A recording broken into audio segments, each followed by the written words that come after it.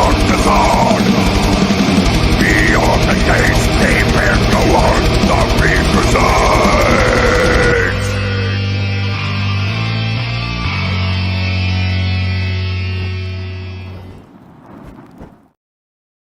Hey, everybody.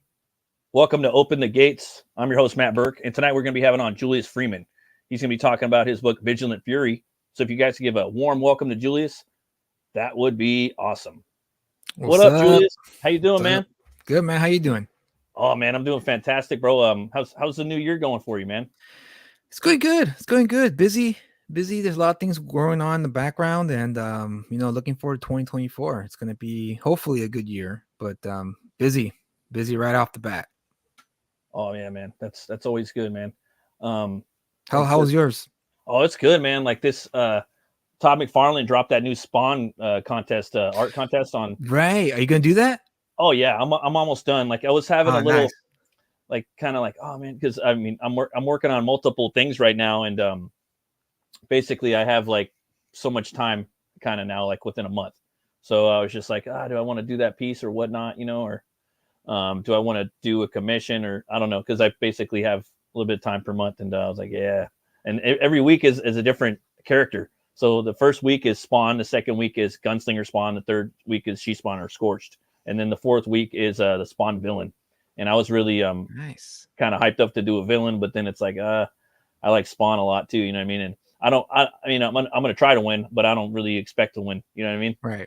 Right. But I just think it'd be kind of a cool thing to participate in, you know what I mean? Yeah, absolutely. Get some new eyes on your work, You oh never yeah. know. Yeah, I never know, man. And it's just it was just really fun, man. Just like kind of going back and looking at the old Spawn stuff. And I was always like a Spawn fan, as growing up. It was weird, like picking up the comics. I could never get like the sequential, like, oh, I got issue 1, I got 2, I got 3. Like it never really worked out like that. I would kind of pick one up randomly, and it was just weird like that, depending on like allowance or whatnot. But it was like that, the Max Pit, those were, like the big books I was picking up as a kid. Oh, that was during that whole Image boom, Oh yeah, right there, right smack in the middle. Oh, I came after that boom. I think it was probably 95, so a few years after. But yeah, Pitt was the one I was like, what the fuck is this? This is crazy. yeah. I remember seeing him fight the werewolf. I was like, okay, like there's a big old werewolf in here, and then just I thought the character looked pretty cool, like, oh, this guy looks like a metalhead or something, Yeah. Yeah, and it's I guess eventually they're gonna come out with the the big the big omnibus or whatnot. I wouldn't mind picking I'd like to pick that up, Yeah, it'd be interesting to see how they're gonna do that, because I mean, how many issues did he do? I think he did like 30 or something like that, or like maybe 30? less. Okay, so yeah, it should be a thick one for sure. Mm-hmm. Is he still doing that new story with the Diaz brothers or Philip Diaz? I think so, possibly, but I'm not sure. I know he's been doing some stuff, I think, with Mandy Summers, but I'm not sure. Yeah, I saw that, the Gem Shock stuff. Yeah, I follow him on the social medias and whatnot, because his just art just fucking really dope. I like his style. I mean Del Keown's art's just a whole different level. Yeah, and this it demands a lot. I could see it demands a lot. Yeah, I like his process too. Like whenever I can, figure that stuff out. It's always interesting, man. I don't know, but you, man, you've been pretty busy, man. You've been you got Vigilant Fury that's in demand right now. You're actually editor of the book, The Cryptidnals. That book is fucking dope, man. That was one of the best crowdfunded books that I've picked up and ever. Man, thanks for that. Yeah, for sure, dude. But yeah, Ray Ramos, man, the writer of that book, has a fucking warped mind in a good way. In a good way, because yeah, holy mackerel. I mean, the things in the pipeline, the things he's told me he's thinking about, it's like, this guy is gonna this book, I don't know when it'll blow up, but it's gonna blow up. Oh yeah, for sure. Like any time like he puts out something, I like, oh dude, I gotta get it, like he tells a fucking really good story, how was it, like the whole process, like like going in and editing that book, man? How was that for you? It was a little bit nerve-wracking in the beginning, because Ray had asked me if I wanted to be the proofreader for the book originally. And so I was like, yeah, sure, I'll be the proofreader, check it out, see, make sure there's no mistakes, glaring mistakes. So that way, you don't send it out to the backers with, riddled with misspellings, punctuation, grammar stuff. And so I looked through it and I was like, oh, damn, this needs some work, not a lot, but just some, there are a few things that I was like, ooh, wait a minute, and it was rad. It was rad that at that cusp where I wasn't, when you barely meet someone and you get to know them after a while, but you really don't know them yet until Yeah, takes a while. Yeah. So it was we're right there. We're like, we know each other for a while, but I don't know if I'm crossing the line. Should I even say anything? I wouldn't feel right if I didn't. So I just told him, hey, look, do you mind if we have a private stream so I could point out the things that you still need to work that's beyond spelling and grammatical stuff? And Ray humbled himself, was like, yeah, let's do it, let's go for it. So did it, and then that's how I became the editor of the book of the Cryptonals, because I pointed out all the stuff that there, it wasn't so much I don't want to say there were big holes, there were just little loose threads that needed a little bit more tightening, Yeah. And pointed them out, and then Ray, of course, went back to the drawing board, not to the drawing board, but he went back to the script and started tightening them up, and then off to the races we went. And that fucking paid off, man. And I've read that book twice, and yeah, I really liked it. And there's just been a lot of I remember a lot of process, a lot of stuff that went on in the making of that book, as far as the way they chose to do the art. They did it this way, being in black and white. Yeah, just a really cool concept. It's like the whole, for me, it's like Lord of the Rings mixed with cryptids and border horror, and and for 656, those guys, for me, man, they really galvanized the border horror genre. That's what I would kind of call it. And it's just something to itself, respectively, entirely. That with the Escape or Die, I really fucking love that book too. Oh yeah, that was another good one. That's another great book. Yeah. And with the Cryptindals, even like Brian, he was another big fan of that book, and that's cool, man. Like obviously your editing really fucking paid off, and that's awesome, man. So it's I've known you for a minute now, but I mean, for other people that don't know you, maybe you could tell us a little bit about yourself. Well, yeah, I started reading comics when I was 13 years old, and I was one of the only ones in my neighborhood to read comics, because I grew up in a not so good place. It was, well, for the lack of a better word, the ghetto, the ghetto full of cholos and gangsters and stuff like that. So I found the comic book shop because a cousin of mine brought over all the funny enough Spawn number one. Oh, okay. And because my cousin was an artist. He liked graffiti. He was a graffiti artist. So yeah, he brought over the issue, and of course I was 12 at the time, and I was like, what is this? This is, what is this thing? I never knew what a comic book was. Yeah. And he was like, oh, it's a book. It's a comic book. And my friend let me borrow it because I liked the artwork and I wanted to study it. I wanted to study the art, the style of the artwork. And of course I didn't know who Tom McFarlane was at the time. So I was like, wow, the artist really, this is amazing. So, the cover, that famous first cover with the green glowing hand, the smoking, and that crazy cool cover. Yeah. So I was looking through it and I was just blown away by it. I was like, wow, this is like the newspaper funnies, but a book. It's serious. A book of that. Yeah, like a whole book of it, Because I used to read the newspaper funnies as a kid. Those were my favorite things to read. And then after that I gave it back to him and we went on with our day. And then the year later, my dad took me and my brother and sister for back to school shopping at the mall. And sure enough, as he's pulling up, I look over and I see a whole wall of superhero posters, Spider-Man, nice. Superman, Batman. I'm like, oh, that must be the place where they sold those books, right? Because and also, of course, Superman is iconic, right? Batman. Yeah. So I knew Batman, I knew Superman.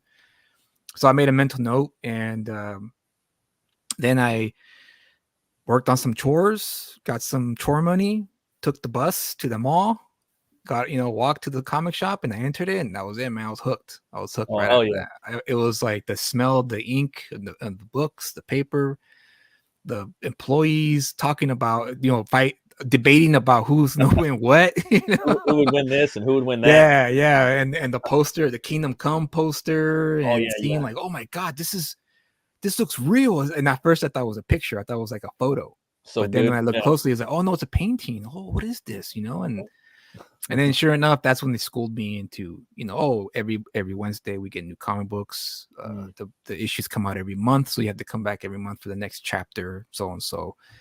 And that was it, man. That was, I got hooked. I was hooked, and it was a secret hobby of mine because, like I said, my friends, you can let them know. comic books equaled, you know, geek or nerd, Right. and back in the day, you know, I'm sure you know too, that was a negative thing to be back in the 90s.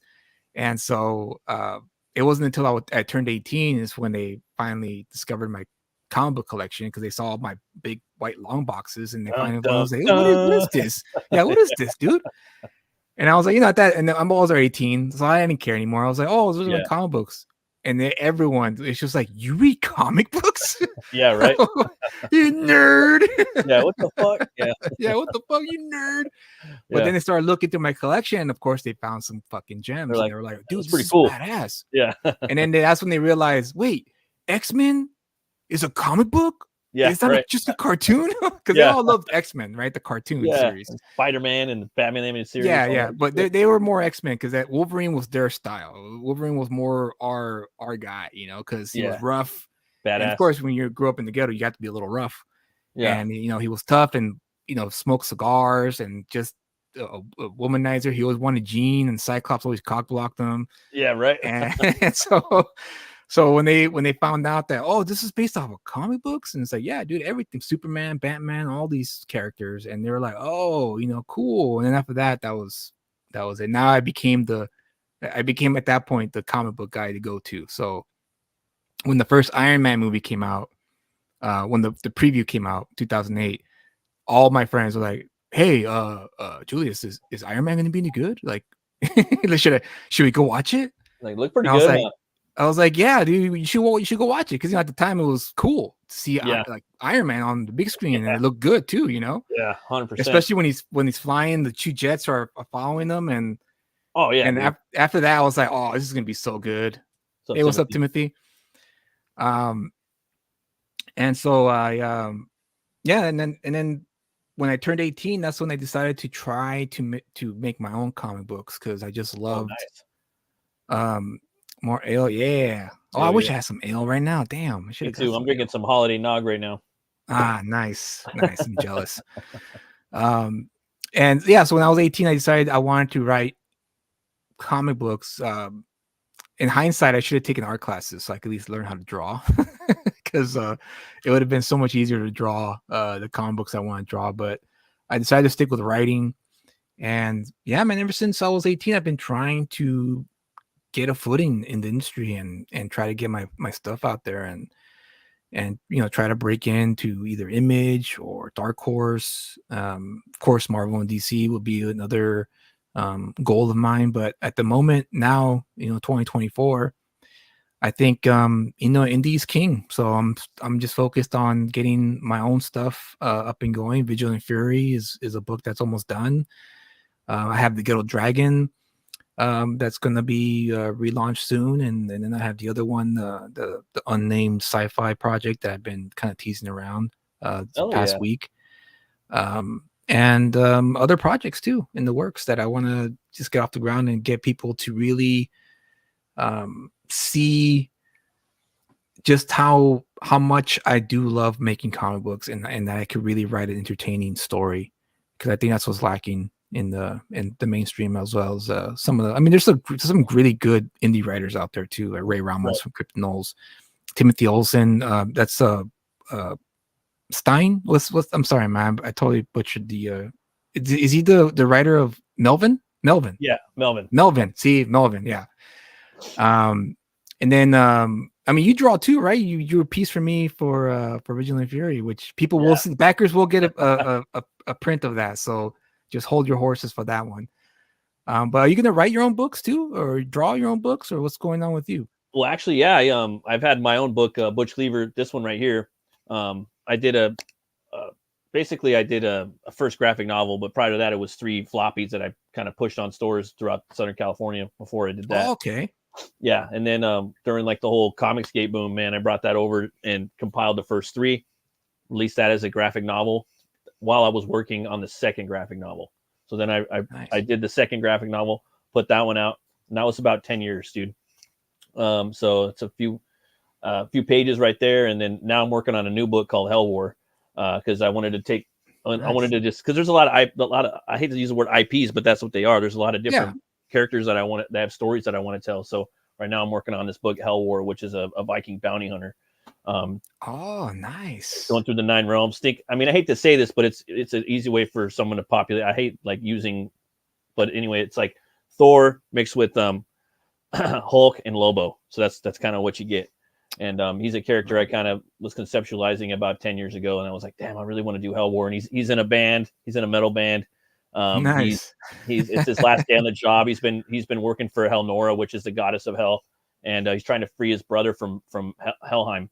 And it's during the 90s, so there's no cell phones, there's no texting, so that's like a big like mechanic for storytelling. I don't like seeing texting it's annoying. So for me, I mean, it's cool. I'll buy comics, but for me, I'm not going to ever put a book that's, like that. I mean, don't quote me, but so there's that. And then I get to mess around with a lot of the Norse myth. I'm really into that. And the metal scene. Right. And I could draw a lot of battles and, try to put some heart in there too, and make a fun black and white comics. I'm doing that. And then me and Brian Kreisgau are also working on a book too. Nice. Nice. So that's another character I came up with about 10 years ago. And Brian's I came up with a concept, and Brian's he's writing the story, and we're really whittling the character down to where he's solid as fuck, and with the story too. So that's going to be me and him going 50-50 on that one. So that, and then I'm working on both those books right now. Hell War's 40 pages done. I'm doing 80 pages, and then nice. All right. Fucking Puritanian. Me and him are just working on it right now. We had our first actual meeting a week ago. So, and I came up with a concept for it, and he liked it too, and he's already got like the first part of the story. And anyway, but yeah, I'm really excited. That's great, dude. So you're gonna have sounds like you have 2 books then in the works. Yeah, definitely. Nice. Yeah, so yeah, that's what I'm working on. So I'm really excited about that. Timothy says, hell yeah, that's who I am. Well, I follow you on Twitter, dude. Yeah. I still got to get that, man. And Timothy, he hustles, man. Like, I always recognize the hustlers, the people who actually push their product out, and they push themselves. And I've learned because I'm fairly new to social media, kind of. I got back into social media back in 2018, I want to say. Yeah. So it finally took maybe until last year or early last year, 2023, when I realized, okay, everyone has their own pockets of the demographic, right? One group over here prefers a certain kind of book. Another group over here prefers another kind of book. And that's when I realized, okay, that's the new marketplace, essentially. So, right. I could try to sell my books to, those pockets, but, everyone likes what they like. And I realized that that's just the nature of the game today. Is that that's just the way it goes. And the goal now, 2024 forward, is to see if I could write a book that could transcend all those groups, and everyone would like it. At least a few people from all those groups will like it. Yeah, like that's a challenge, and then you love the book too, you know what I mean? And then right. Also just knowing again where the industry is going as far as comic book goes, man. Like you got to kind of find where the fans go and where the customers go, and pivot. Absolutely. And if you don't pivot, then you're fucked. Exactly. And tomorrow it might be like right now it's kind of what we're doing, and the stores are kind of suffering right now in some ways. I don't know. It's all just about pivoting, and things change and things go different ways, and that's a great word. That to describe it, pivot. I know that Richard Meyer, your boy Zach, I subscribe to his channel, and he mentioned that word. He's doing it too. Yeah, and that's not, there's no shame in that, and No, that's why I agree with him when he said that, back in the day, comic book publishers would pivot, like you yeah, just mentioned. They would pivot because he used the example of Todd McFarlane and how when he was drawing Spider-Man, a lot of the Marvel editors didn't really like the way he was drawing Spider-Man, right. but they saw at the same time, well, fuck, he's selling a bunch of books though. Yeah, it's cool. It's cool. Does it have that cool factor? You know what I mean? Comic books, Exactly. they have to be cool, and they have to resonate with heart. I think it's Yeah, like the cool factor will sell the book, but if you want the customer to come back, the story, it falls on the writer, and it has to have heart. absolutely, It has to grab you by absolutely. your fucking heart and pull you back. Like, whoa, get And, my heart and you back. It has and those you two could things. tell, that Tom McFarlane did put his heart into drawing Spider-Man the way he did, which is Yeah, what led to the editors going, well, fuck, I don't like the way he's drawing Spider-Man, but I kind of want my bonus this year, so let's yeah, let's yeah, pivot, let's pivot and let him do it. yeah. And I don't know. It just it's a tricky thing. You know what I mean? Like right now, Hmm. manga's really big. Some people might want to do black and white comics and maybe make them smaller. I don't know. Maybe they make them bigger. Also, BD is fucking huge. The whole French market. Some people, like big books and big formats and painting and stuff like that. Also, crowdfunding. It's kind of big. People like boutique stuff. They Yeah, like collectability. So you can kind of factor all that stuff in too. Some people want cheap stuff, cheap shipping. All these things are very important to think about when you're making. It's a multitude of things. It's not just yeah, one thing. It's ever changing. So it's a right. constant. It's something that you have to fucking Batman every fucking. You got a Bruce Wayne that shit. Yeah. Every day you have Right. to check it out. You have to know everything about the world for like you spend 30 minutes on it. Doot, doot, doot, doot, doot, doot. All right, I'm off to work now. But something you got to check in on every day, which is kind of lame, but it is what it is. Devil It's the Flyer nature of saying the what up? game. Dude, Hmm. Devil Flyer, your new icon, that paint job on dude looks sick. I know he's stockpiling a gang of stuff for his new book, Devil Flyer. You got to come on here, man, when you launch or whatnot, dude. We gotta get you on the show. Yeah, I'll definitely check you out. What's up, Finity? What's up, Is that a Finity? donut or is that a? I don't One of those nuts or holes. For know. sure, man. I was wondering, man. You as far as like your okay, so your writing process. Okay, Mhm. so what do you do? Like let's say what are some of the things you do? Like say you have an artist, right?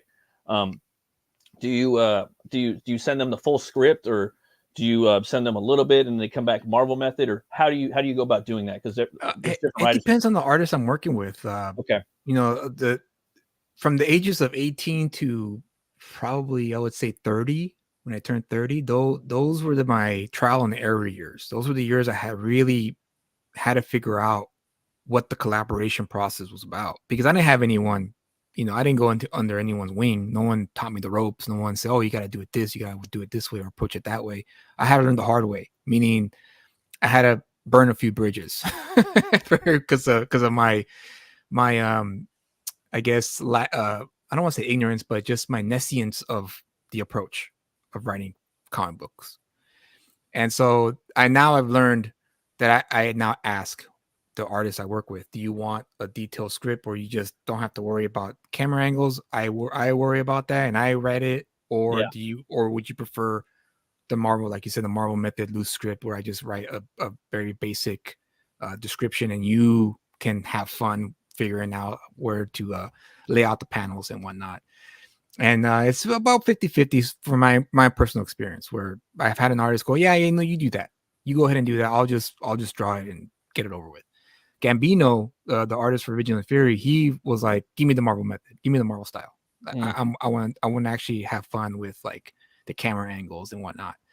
So he delivered, man. He had a lot of fun. He had a lot of fun figuring things out, because this is his first comic book that oh, he's okay, he's ever produced. So nice, everything was a learning process for him, but he caught on quick, and he definitely has a great eye for sequential storytelling, which is the reason why I picked him. Because when he showed me his samples, when I put out the word out that I was looking for an artist for this project, he was the only artist among a few others that I thought, okay, his style may not be exactly what I'm looking for this book, but he has a great sequential storytelling eye, which is important yeah, that's the because we most need that. important. That's the that's the heart and soul of the comic. You know what I mean? Absolutely. And for me, like the covers are like, I hate to say it, but it's the face, the tits, and the ass. But Yeah. the inside of the comic is the heart and soul.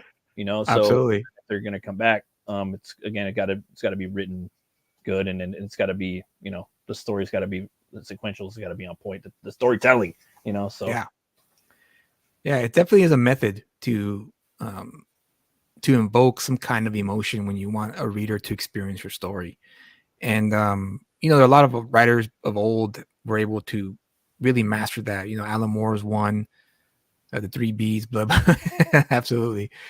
Alan Moore's one, that was one of my favorites. Brian Azzarello, Ed Brubaker, and Peter David was another one of my favorites, where I was like, yeah, this guy really they can really write powerful gut punching stories. So that's what I try to emulate when I write is try to emulate those writers, because they always invoked emotions with me whenever I read their stuff, because they were so good at timing, the pacing, the character development, dialogue, and even the whole story overall. And I'm confident that Vigilant Fury will have that, because I really did pour my heart and soul, like I do every story that I write.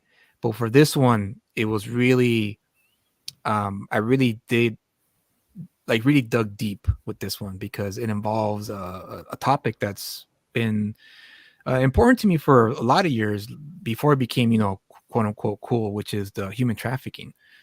And thank you, Chris. Well, Chris, hell yeah, much love. Which was human trafficking, because I had researched.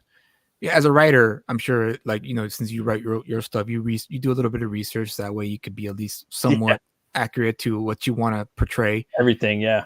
And so, the human trafficking thing was just something that I started researching because I read a book called the Franklin Cover Up, and I stumbled upon it because I found a documentary on YouTube called The Conspiracy of Silence.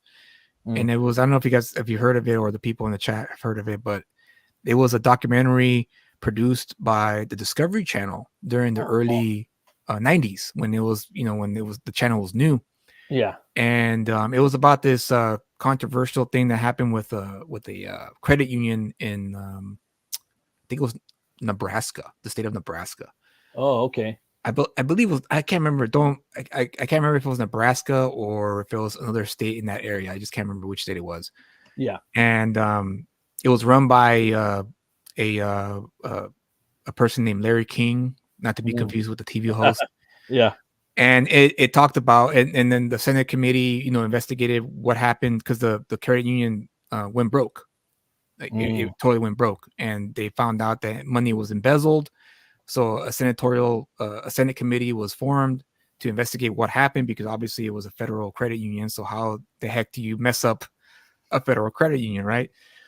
And then then the Senate committee discovered little by little, and mind you, this investigation happened in the 80s, where it's they discovered there was a child trafficking network that was funded by the embezzling of those funds. Fucking crazy. And that's pretty much was the rabbit hole that was the rabbit hole where I was like, what the hell? Yeah, it's and crazy. then then of course I started researching more about that topic, and it was tough, man. I'll crazy admit, stories, man. There's like a lot of crazy stories about that. Like my wife's always tremendously amount of crazy stories.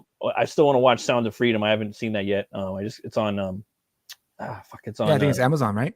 Yeah, I just got Amazon yesterday again, because I want to watch that and Reacher, and there's a couple other movies. But that, and like just stories about like people like taking their kids and like fucking moving them out of the country, and saying, I don't know, like this weird terrible like, stuff, just like kids getting taken from their parents. It's fucking crazy, man. Very crazy. I don't want to dwell too much, because it's a dark place. Yeah, no shit. Yeah, but that's pretty much was the that kept nagging at me, as when I was trying to figure out, okay, I need to do, because I want to focus on one shots going forward. That's a little cheaper. Yeah, a little smart. cheaper, a little more doable financially, budget wise. So I was like, okay, I need to do a one shot. And this this knowledge, right? That the research that was in there just kept gnawing at me, and I was like, I need to do something about this. But I didn't want to focus too much on the topic because, after all, we're in the business of entertaining people. So how can I get this kind of topic and make it entertaining? And of course, Die Hard. I watched Die Hard, and I was like, that's it. There's my story. I gotta write an escape archetype story where a person gets captured and they have to escape from their captivity. And that's what pretty much sowed the seeds of Vigilant Fury. That's awesome, man. I have actually the campaign right here, man. Is it it's cool if we pull it up real quick? Oh yeah, go for it, man. Go for it. All right, cool. Just give me 1 second. I was wondering too, man, like as far as like your writing goes, do you have like a habitual ritual that you do like before you start writing, like to pump you up, or you just kind of go in there and you just start writing? Yeah, I actually listen to believe it or not, 80s synth music. Oh, okay, that's cool. Yeah, I was talking to Mike. Like it's cool having writers on the show, and I was talking to Mike Barron, and he's like, "No, I just get in there and do it," you know. And me, like, I don't know, like, I don't really know. I don't really have anything because if I'm writing, I'm writing. If I'm drawing, I'm drawing. You know what I mean? And right. I set like if I'm gonna be writing a book, like at least in the past, I would just be like, that's it. Like I'm not working on any drawings right now. I'm just really focused in on that, you know, and nothing, you know. So I put on movie scores a lot. No, hey, those help too. And the reason why I chose the synth, because I really wanted to capture almost like that 80s action vibe. Oh, and John Carpenter, you know, John Carpenter was the master of the 80s synth when he scored his movies. Yeah. And so I just used that to kind of push me to like, okay, what's the story going to be? And so the way I do it is I freestyle it. So I just write it all out. Right. And I don't care what happens. I just write out the whole thing that feels right to me. Yeah. And then once I write it all out, mistakes and all, plot holes and all. Oh, I write little notes to figure out later, and then I keep start writing somewhere, right? Yeah, and then I go back. I wait a day or two, and then I go back to it, and then I start editing. Finessing it, changing it, fixing it, and I go about 5 or 6 edits before I finally go, okay, I think we got it here. This is it, and that's pretty much eventually becomes the plot summary of the entire story. And that's what I use to pitch to artists who are interested in working with me. I go, here's the summary, the plot summary. Here's what's happening from beginning, middle, and end in the story. And if this is something that you think you would like drawing, then we could talk business. But if not, you know, hey, no problem. It's all good. And, you know, good luck to you. Oh, yeah, for sure. How about some hardcore punk? Yeah, that could work, you know, depending on the story. I love hardcore punk. This will work pretty good with the Vigilant Fury, I think. I just can't do. I can't write with lyrics. I tried, and I can't. It's too distracting. Me. Well, it's just I can't have my words in my head or my words in that, you know. And then when I do dialogue, I'll speak it out. You know what I mean? I kind of I act it out a little bit. I'm not gonna lie. I'm like, well, that sounds stupid, or that sounds corny, or no, that doesn't sound stupid or corny enough. Because again, I'm writing. I'm not writing. I'm writing fiction. Like I'm not writing. Like, oh, that doesn't sound real world. It's like, yeah, but none of this shit wouldn't happen in real life anyway. Exactly. So like, I do need to have some sauce in there. I do need some corn cheese. Like it's got to have a little bit of that. So that's a fine line too. You know what I mean? Absolutely. I Am Legend. Yeah, that's an old one right there. First zombie vampire book right there. Absolutely. Depeche Mode and Human League, excellent for writing. Ooh, Human League. I've never heard of them. My daughter wants, Depeche Mode, absolutely. Depeche Mode. My daughter's got a whole 80s theme party lined up, so we're clicking out. Oh, I'm sure you're pumped, man. You can play all those famous 80s songs. So, you know, and I'm like trying I got a good song. I'm like trying to think like, fuck. Because when I was a kid, I used to hate all the 80s fucking new wave shit. I fucking hated it, you know. And as I got older, I'm like, damn, those bands, man, they really. Isn't that weird, dude? Isn't that crazy? Oh yeah, that happened. Like, those guys had the best choruses and like the best, like hookiest choruses, you know. Like Depeche Mode's one of them. But I always liked Depeche whenever I first like heard them. Like I don't know, that full, really really haunting voice, you know, melancholic. Oh yeah, you know, it sounds really cool and like so many hits. Like Mode, and then you have New Order. New Order were really good, and of course the band before New Order, which was oh gosh, what's the name of that band? There's a one band. Was it Talk Talk? Is that one of them? Was there one band called Talk Talk? Or I forgot the name of it. They had that one hit, I think, or maybe they had more, but yeah, that song's really cool. I can't even like think about it right now. But Aha, they had that one song "Take on Me" with the comic book. I always liked that as a Oh kid. yeah, dude, that was a It, great music video. his What a stuff, great his music notes, video, like huh? dope ass video. Fucking chorus slaps, and then his note, like his highs are so fucking good. I think they're from Sweden. Those Swedes really. There's Yeah, some in the water over there. it was Joy Division. Joy Division. Okay, Well, I mean, they were, I guess, yeah, so they were many. they were late 70s, I guess, but they probably, I think they ushered in that 80s sound. That new wave. Yeah. That's cool, man. What you do? You got a little trailer right here. It's cool if Yeah. I play your trailer real quick and Oh, take go a for it, gander man. at that. All right, Go for it. let's get in there.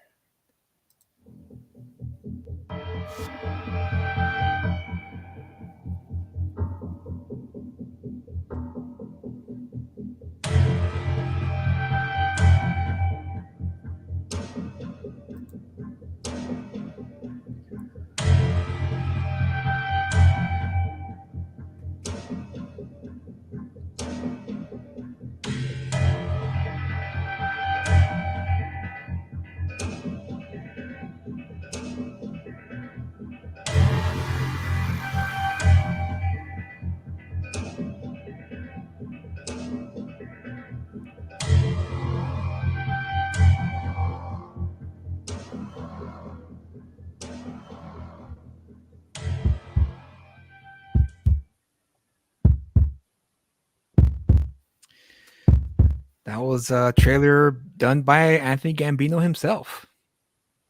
Yeah, that's a fucking dope ass trailer. I think it really sets up the book, man. At least like the feel of the book, from what I gathered, because when I did that piece for you, you know what I mean? Just some of the imagery you showed me, I was just like, damn, this book looks fucking cool, man. It reminded me of, like you said, Die Hard and Under Siege, but Under even Siege, more of yeah. a better, but a better concept of, and a better character. I mean, John McClane's the shit, but there's the fucking shit that she's gonna be going through. It's a different level. I'm sorry. Yeah. But, Yeah, my wife deserves credit for that because she's the one that suggested it in the beginning. Matt is butch. Yeah. Yep. She she's my test audience because my wife is not really a comic book reader herself. She's Same. just more of a consumer.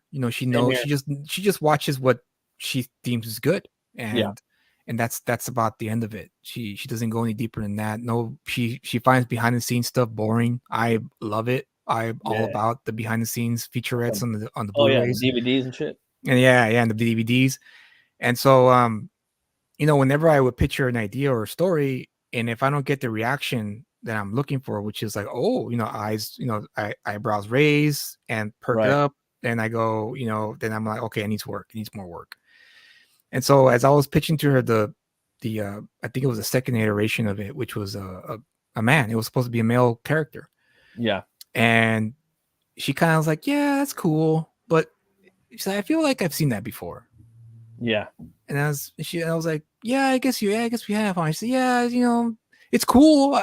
It sounds good, but why can't it be a woman? I was like, well, I don't know. I never thought of it. She's like, well, I mean, when you think about it, it's women are the ones that have the highest percentage of kidnapping and human trafficking when you think about it. And I was like, yeah, no, that's true. You're right.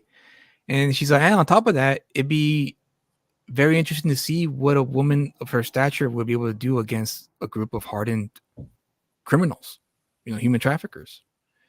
Yeah. And I was like, oh, and of course the light bulb went on. And I was like, yeah.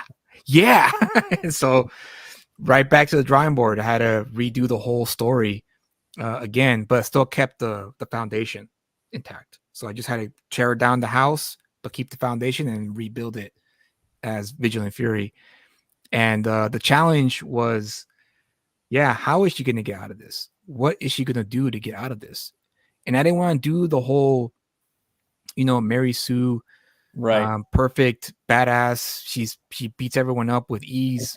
Approach. I wanted something that's like, no. I want a little bit of realism here. I want to tackle like a true crime flavor where a woman who's about 5'2", 5'3", with no weapons, going up against hardened, criminals with weapons. How is she going to get out of this situation, and that was the challenge when I wrote the script, because I had the summary, but I didn't have the detail as to what was going to happen page per page until I got Gambino signed on, and then once I got Gambino signed on, and I worked on the script, and that took me about, I would say, maybe a month to write it out, the whole script.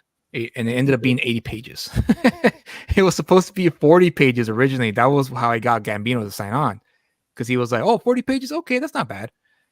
And as I kept writing it, the pages kept going up with every new edit. Hey, what's up, Sim? What up, Sim?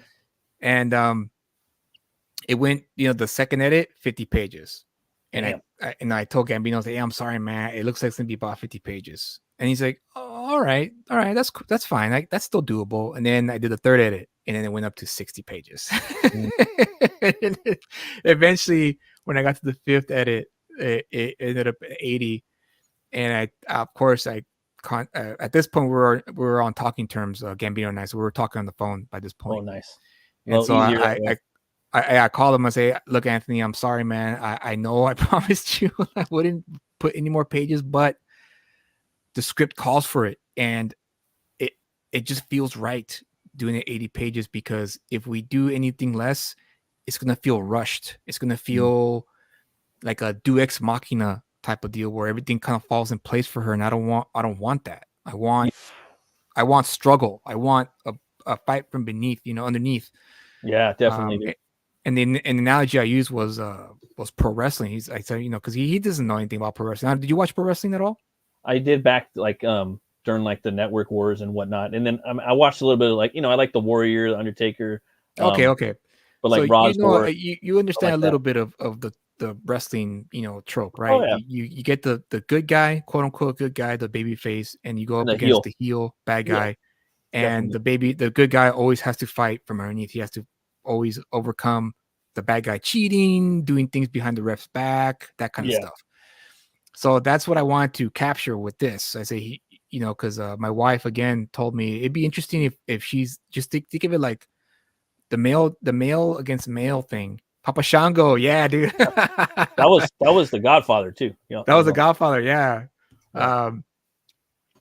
She said, yeah, the male versus the males will be like a wolf versus wolf, but a female against the males will be a fox versus wolf. So a fox is very cunning. Fox won't like go Rambo toe to toe.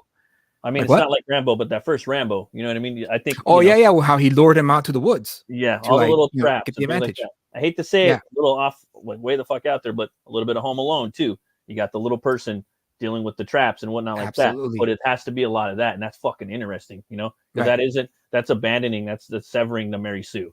You know what I mean? Exactly. People are gonna want to read that, and if you have like a little bit of Mary Sue in there, because it is a fucking comic, that's cool. Like I like that movie, Prey.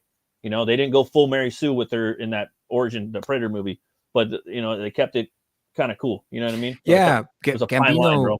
Yeah, Anthony did tell me he watched the movie, and I said, "Hey, just make sure it's not," because I was afraid it was going to be kind of similar to to Vigilant Fury because of the Because I was like, well, it's a woman going up against a predator, so I would imagine it's going to be the kind of the same thing, traps and whatnot. But he saw it and he was like, "No, it's actually kind of it's different, but it's still the same idea, but it's not exactly the same." Like, okay, all right, good. Oh yeah, so I told Anthony, I said, "Look, here's the script. I'll send you the script. And if you can figure out how to cut this, I'm all for it. Like, go for it. Cut it, and we'll do it. You want a war? I'll give you a war you won't believe." That's right. War you won't believe. And so then he read it, and about a week later after I sent him the script, he called me back and he says, "Yeah, we can't cut this. Like, we need to keep it intact."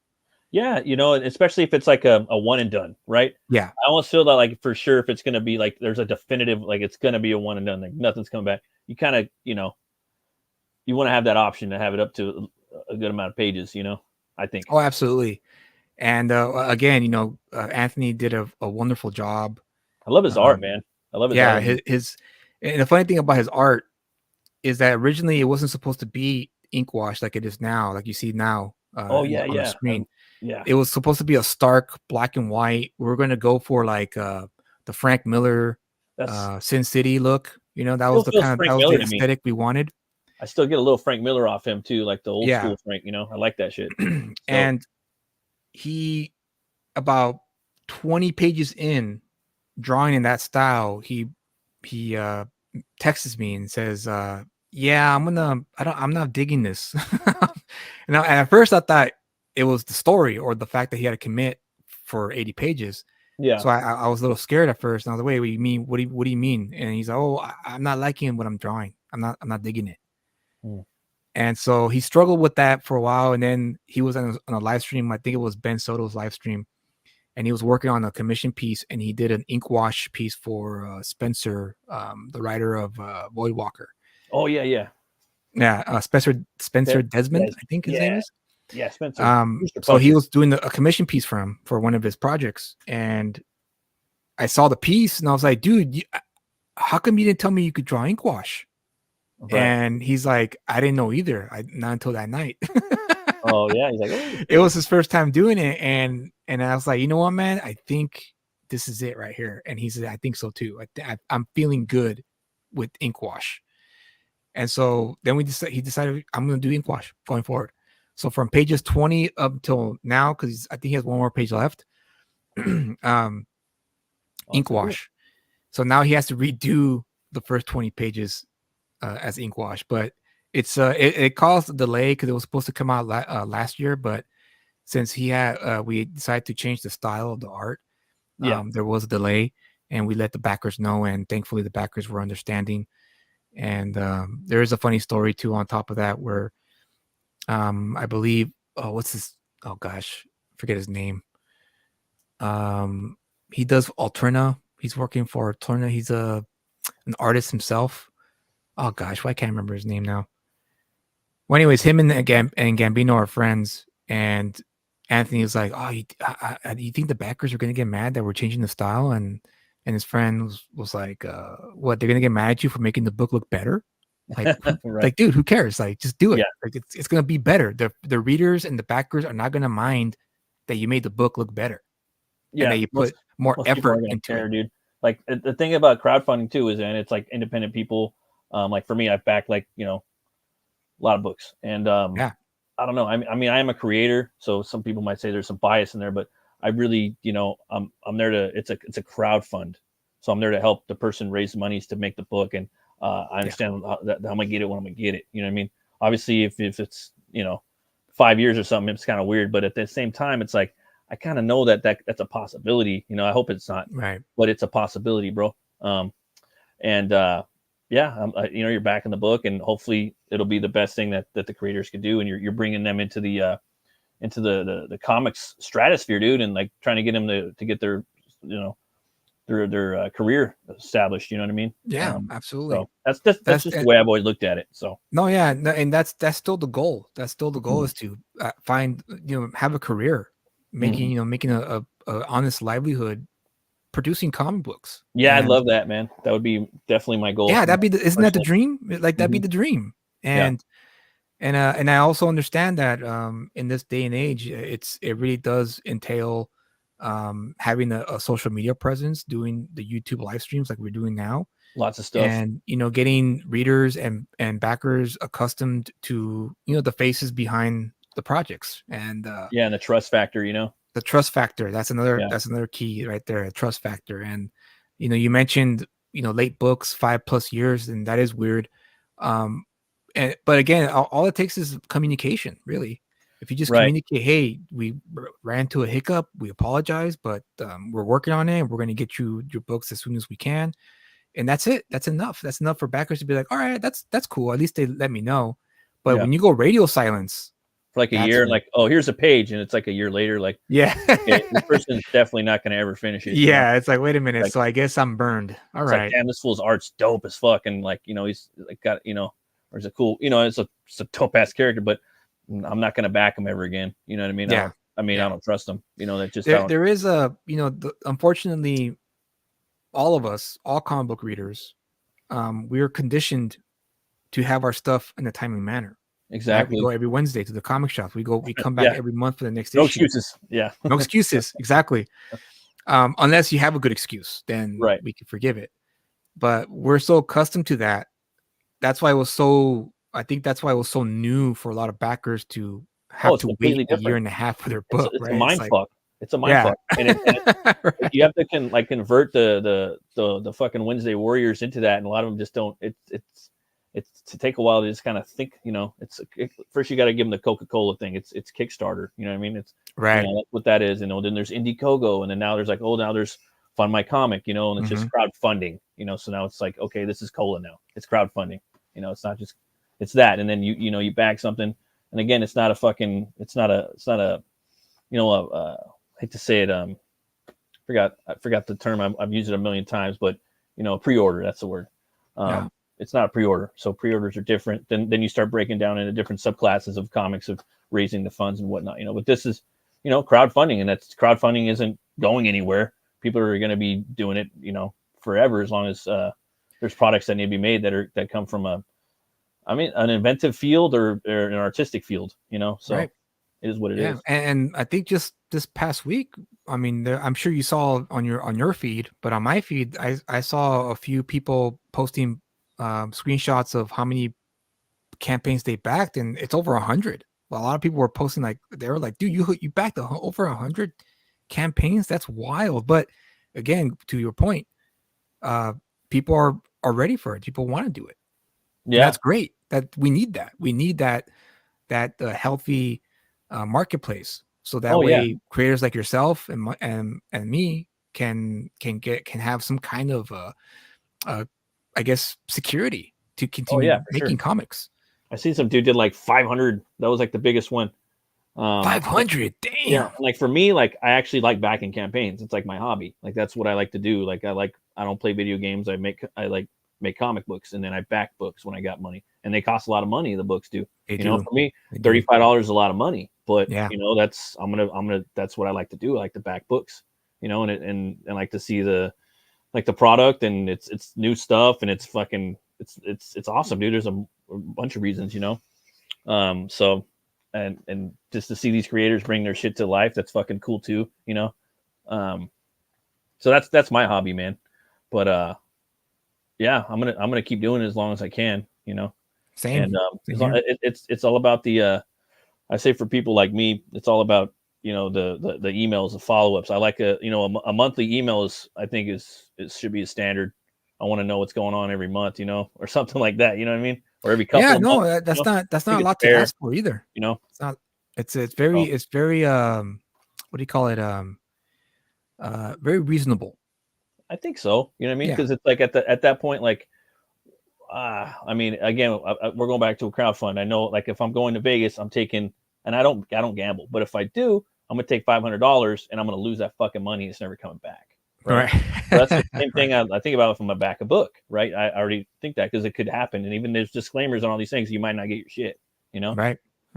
So, but again, at the same time, 90% of the people that are doing these campaigns, they're in our network. They're part of the movement, the network, the fucking Comicsgate, fucking Iron Age. We all know each other. It's a small fucking industry. Right. So we're gonna know if like you're not doing your shit. People talk. It's gonna happen. They're gonna talk good about you, or they're gonna talk shit about you. It is what it is. So, I just think it's cool. Do your monthly update. I don't know. You gotta stay a professional too, to a certain degree. Absolutely. I think that's another factor that us indie types don't take into account, which is there needs to be a level of professionalism, which is why you're a professional. Now, professionalism doesn't necessarily have to mean that you have to be nice to everyone who comes at you with an attitude. Oh yeah, but it does mean you need to be strategic in your response. Yeah, like, we're doing the best we can. Hope you stick with us, but you can't win them all, right? You can't be like the freaking Buddha and be cool with everyone. It's that sometimes, hey, shit happens, but at the same time, when you're in the if you want to be considered or be taken serious by readers and backers, then I think not creating, but cultivating a professional approach is definitely going to help in the long run to gain more readers and more backers for future projects. And people take that serious and know you acted as a professional and you're going to deliver as a professional, and you're keeping them informed with your emails and whatnot, even if it's stupid shit. Yeah, I like to know the reason. Like for me, I'm the type of guy that likes to know. I'm like a CIA thing. I like to just know shit. You know what I mean? I like details. I like over communication. Even with my story writing, if I'm working on something with somebody, I ask the stupid question: what belt buckles do they got? What leather? I mean, not like that, but I mean, I want to know every little detail. Like, so if it's something that has to do with this stuff, I kind of like to know details. I don't know. And if I don't, that's cool too. But I mean, at least I know that you give a fuck. Right. So, and it's just that and we're talking about deep dives and details and writing and things like that. So, I don't know. I think over communicating is cool. But yeah, man, you got a bunch of cool tiers on here. You down to go over some of these tiers? Sure. Yeah. Let's go for it. So, the one that we recommend is that one, the level 4 commission bundle. Nice. And that's the book with a 9x12 commission piece by Gambino. And just for the record, Anthony doesn't do digital. He's purely traditional. So what you see here is on paper, is on a Bristol paper. Love it. And so you're going to get a 9x12 commission piece of your choice. So we still have that door open. So if you have a specific request, then Anthony will be able to do it within reason, of course. No George Perez level commission pieces. A basic one that you prefer, and he'll do it. And then of course there's a PDF copy. Nice. For our international backers who don't want to pay the big hefty international shipping price. And then we have the tier that's just the book itself for $15. So $15 for 80 pages of story. I gotta ask you, what kind of are you still fucking around with like what type of print you're gonna use for like the book or whatnot? As far as like the matte finish or the gloss or whatnot, like for the cover and everything? I don't know. Right now it's still up in the air with Gambino and I, because I don't mind matte finish. I actually prefer it because the glossy, as much as I love glossy, I don't know why, but I just like the feeling of the matte finish. Me too. I think even this book would look fucking dope, and like even as as a zine, dude, like that thick paper. Oh yeah, with like absolutely gas pages, or even like that'd look cool. Or even like a big kind of magazine size would look sick too. Like a BD, but like that cardstock kind of zine, I don't know. I just see that like really thick paper. Yeah, even like, saddle stitch, it would look fucking dope like that. If only I could do. Yeah, if we could do saddle stitch, that'd be fucking awesome. But I like I'm kind of like a print whore, dude. Like I like the different styles and just the way things come out. Like I like just the different bindings, dude, the different finishes, all that. Right. Sometimes I know what they are, but sometimes the titles of the different finishes and whatnot escape me. But I like saddle stitch. I like the different bindings. I like the triple French folds, all that shit. Yeah, that's dope. But we still haven't explored. We haven't explored that yet. Not until we're ready. We're ready to print and send the book to the printers, and then maybe that's when we'll sit down. We'll probably have a sit down and talk thoroughly as to what exactly we want the book to look like and how we want to present it. I'm leaning towards like a one of a kind, because we do want. I could say that we both want to expand. So once we fulfill the book to our backers, we will shop this book around to publishers, and we're hoping to get someone. So we hope one of the publishers will pick it up. That's good. I'm aiming towards Dark Horse. So Dark Horse would be cool. Gambino wants to do the independent route, but I don't know why. I don't know why. I just feel like this would be a good Vigilant Fury would be a good place. Dark Horse would be a good place for Vigilant Fury. So, for sure. And I'm not sure why, but I just feel like that's a good fit. But I do want to reiterate that I want the book to be a unique one for our backers, so that way when we do go to the publishers, it's going to be totally different, and the backers will have like that one of a kind A collectible. book. Yeah, and again, that collectible. goes back to that collectability factor. Exactly. And like, So again, we're a movement and stuff, but we're a fucking bubble, and there's like fucking billions of people out there that are not going to see the book. You know what I mean? That'll never ever see our books. So we have to find ways to get them out there. Yeah, absolutely. And it's also a way to give a special thank you to the backers who took a risk. Oh yeah. That's another reason why I want this book to be special. Just for our backers, so that way whoever buys the book after the fact, they won't get the extra goodies, they won't get the way we printed the book. It'll just be strictly for the people who backed it and took a risk with us, because we're fair, even though we've been in the game for a long time, you and I, and to the eyes of the reader, we're newbies. We don't we haven't proven ourselves yet. So I want to really showcase that I'm the real deal when it comes to delivering a quality product. That's awesome, man. That's the way to do it, brother. And then you got level 3 sketch card bundle right here. That's the one where you get the book and you get a little sketch card. I like that. I like that. Size of a little card. Once again, of anything you want, of a character you want, and if you don't reach out to us, then he's just going to draw whatever. I think he decided that he's going to draw a character from the book, and that's what you're going to get. Yeah, that makes sense. You got level 5 original art. Level 5. Get original. That page. is, you get the book and you get a page, an actual original page from the book. That's cool, man. It's always cool when like people throw in like, I don't know, when they buy like a page, you throw in the book too. Yeah, and that one is that one's a cool one because it you could own an actual page from the book, and if you, depending on which page you want or specifically ask for, there's going to be a few pages that have the flip over panels because it was nice. He fixed it. So, no, like for me, I like that stuff. You know what I mean? It's part of the process. It's almost like an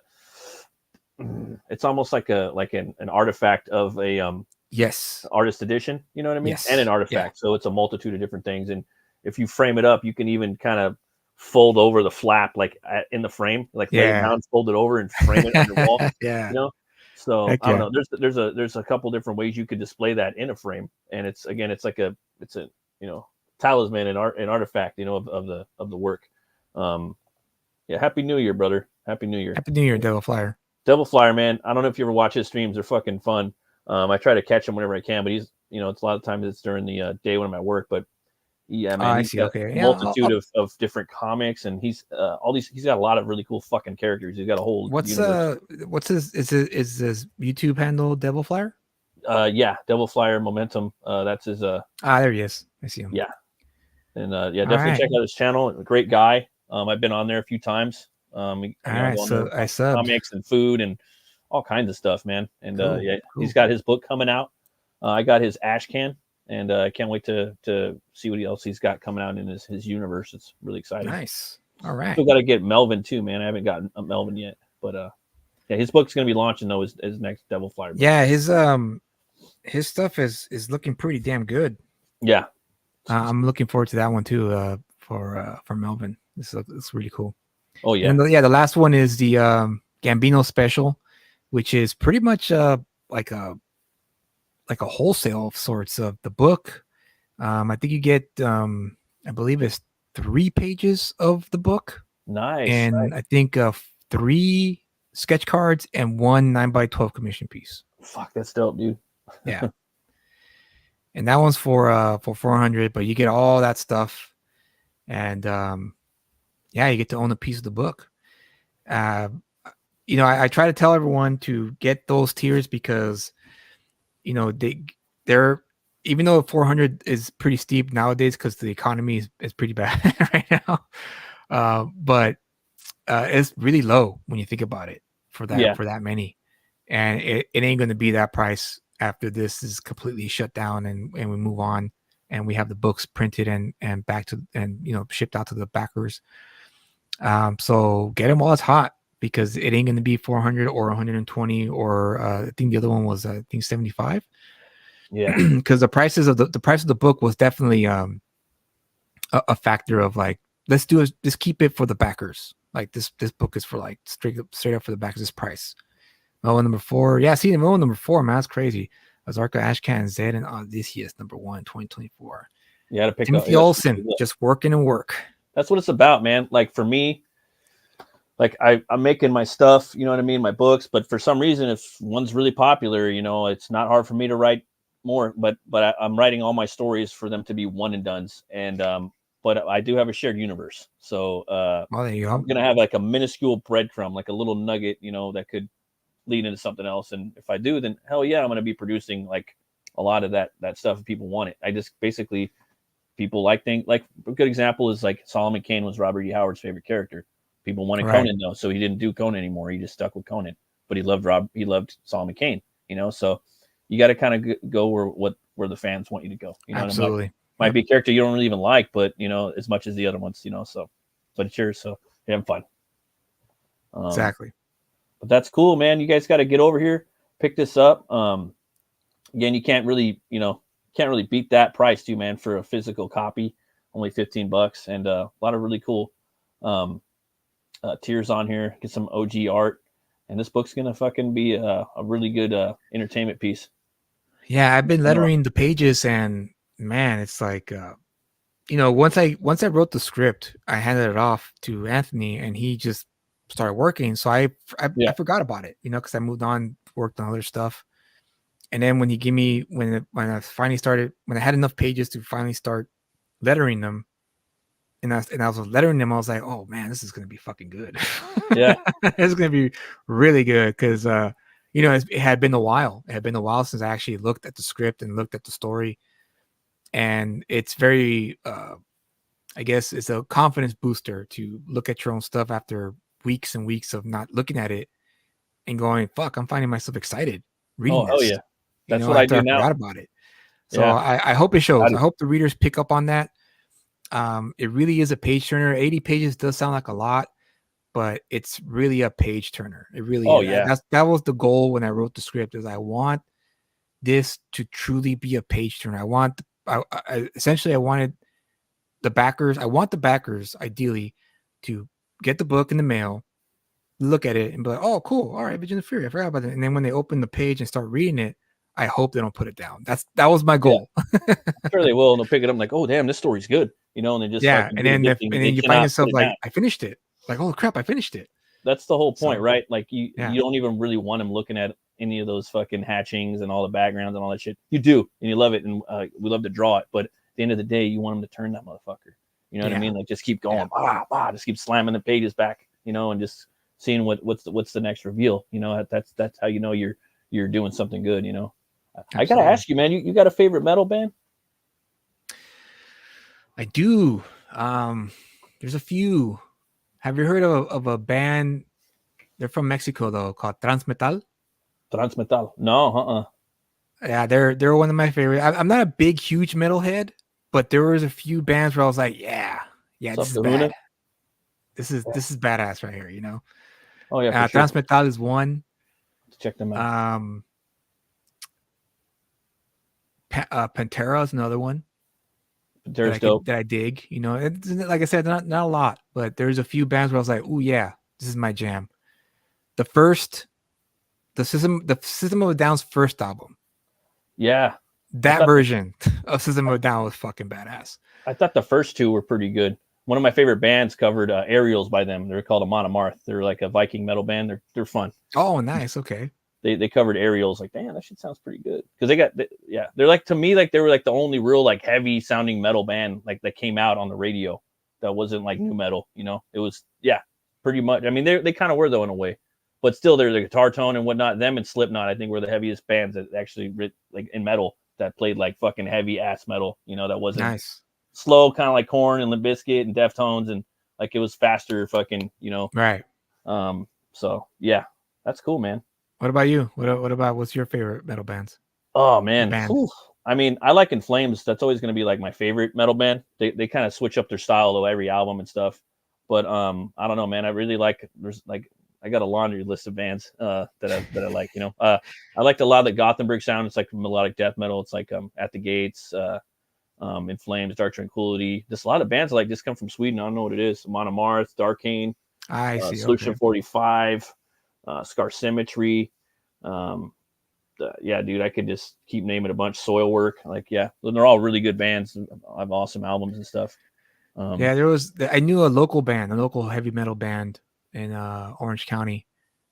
Well, no, you're from Orange County. What the hell am I talking? Right? I'm more like Long Beach. Long I Beach. mean, Okay, LA all County, right. but I'm like North Long Beach, like closer Okay, to that okay. area. So, I knew a band. I forgot the name of their name. So I Bleeding forgot the Through. name. There's a band called Bleeding Through. They're pretty big. I mean, they got kind of big. They were I remember from OC, because you had all that OC Okay. hardcore and stuff. I don't know. You ever heard of a place called Chain Reaction? Yeah, yeah. Okay, so That was the place that was the place to go, man. yeah. I went there a couple times. I think I might have played there a couple times back in the day, in a couple bands. I think I did. Oh, actually. nice. And then yeah, that's because I know about that. That's like the place you go to in Orange County. Yeah, Reaction, right? yeah, for sure. That was my place to go. Yeah. No, I forgot the name of the band, but they were really good. And I remember I met the lead singer, and he was dressed like a surfer. Oh yeah. And I was at a show, and I was talking to him, and I was like, "Oh, are you here to see anyone?" Because everyone was dressed right. Everyone's dressed apart, right? The leather jacket, the chains, but he had like shorts and sandals and the backwards hat and a t-shirt. Yeah. And he's like, "Yeah, I'm performing tonight." And I was like, "Oh, really? Like what? Like what do you play?" He's, "Oh, I play bass and I'm the lead singer." And I was like, "Oh, okay." So I'm thinking in my head like, "Oh, it must be like a surfer band or something, right?" Yeah. And I was like, "That's kind of weird that you're here at a metal show." Right. Because I was there for another friend of mine who was a metalhead, and I just went out to support him. And yeah, his band went on first, and I'll never forget how so shocked I was. This surfer-looking dude starts playing his bass. A fucking drummer is going off like crazy, man. Amazing too, amazing drummer. Like he was just the straight up, just the hair headbang. He was like hitting all the drums, double pedal. And the guitar player was all doing the same thing, and then the fucking bass player just starts singing. He's playing the bass for him. I'm like, oh shit, this band sounds pretty fucking dope. And I'm thinking, okay, he might be a screamo band because Right. again, his outfit is throwing me off. And then he's like, I was like, yeah, like, oh, okay, yeah, that's pretty dope. And I had my beer, man. I was just like, yeah, fuck yeah. Hell yeah. Yeah, that's that was a great band. I was really impressed by that band that night. And then the drummer moved to Bulgaria. Damn. Because I saw him again like a year later, and I was like, dude, what happened to your drummer? He's like, oh, dude, he moved to Bulgaria. He met a girl online and moved over there. Damn, must have been. I was like, that sucks, because he was amazing. It's like, I know. I was sad that he left, because he was my guy, right? He was the guy who made the band the way I wanted it. Yeah, right? It's hard to find a good drummer, dude. Especially, and he really can elevate 6 your months music. later, he came back. The drummer came back. Oh yeah. And it was funny because he asked me, do you know any good drummers? And I was like, I mean, I know one, but he's kind of a show off. And he's like, good, that's what I want. I want to show off. that's who I'm looking for. So I hooked him up with his number, but I don't think anything came of it. But then he came back. He came back with his girlfriend that he met in Bulgaria. This little petite white girl, it was crazy. I was like, dude, you look like a Native American, dark skin, long, like black hair. Yeah. A whole bunch of acne. He had a big old acne problem. And I was like, and you got yourself a little hottie from Bulgaria. Good for you, dude. He's like, I'm in a band. Yeah. She was also a metalhead, so it made sense. Yeah. Like they probably connected through music and the band. Metal's huge over there, dude. And like in Europe, it's so big. Like there's this festival in Germany called Wacken or Wacken, and it's like fucking Middle Earth, dude. And it's like 5 days, bro. And like, it's outside. That's one of the. I want to go to Germany, dude. I want to check it out, but probably wait till my kids grow up, so I can do more, But right now I'm in dad mode, yeah, exactly. But hell yeah, man! You got a favorite movie, bro? A favorite movie? Oh gosh, I have so many. Yeah, it's hard, man. It's hard to pick one, but I'm still a huge fan of Orson Welles, and I would say Touch of Evil is probably up there for sure. Touch of Evil, by Orson Welles, and I would say also, gosh, man, I'm just all these movies are coming up, and I'm like, um, yeah, I would say for now, just Touch of Evil, and maybe second would be tied. Second would probably be 2001: Space Odyssey and Shawshank Redemption. Oh, nice. Yeah. Yeah, the I Touch mean, of there's Evil. there's all these other movies I love, but I would say Touch of Evil because I watch it every year, and every time I watch it, I'm just mesmerized To check that like, out. Have to yeah, check at that out. Orson Welles' like ability, because every medium's different, right? Right. A movie medium, TV show, everything. And sometimes a few artists come along that just really understand the medium and they utilize everything about what makes it unique. Yeah, they're wizards for that Yeah, media. exactly. And so Orson Welles did that for me for not only Citizen Kane, but also Touch of Evil. He's pretty good at The Shadow too. I don't know if you listen to any of his. I haven't listened to any of the Shadow stuff. Yeah, that's pretty good. But he was great as Quinlan in Touch of Evil. Remember the character? You know that I forgot the name of the character from the first Batman movie, the Tim Burton one, the big husky detective with the beard and Eckhart. Yeah. What was his name? Lieutenant Eckhart. Yeah, Lieutenant Eckhart. That was based off that Orson Welles character of Touch of Evil. That's who they I guess it was like a homage to that character because Orson Welles plays a crooked cop in that movie. Okay.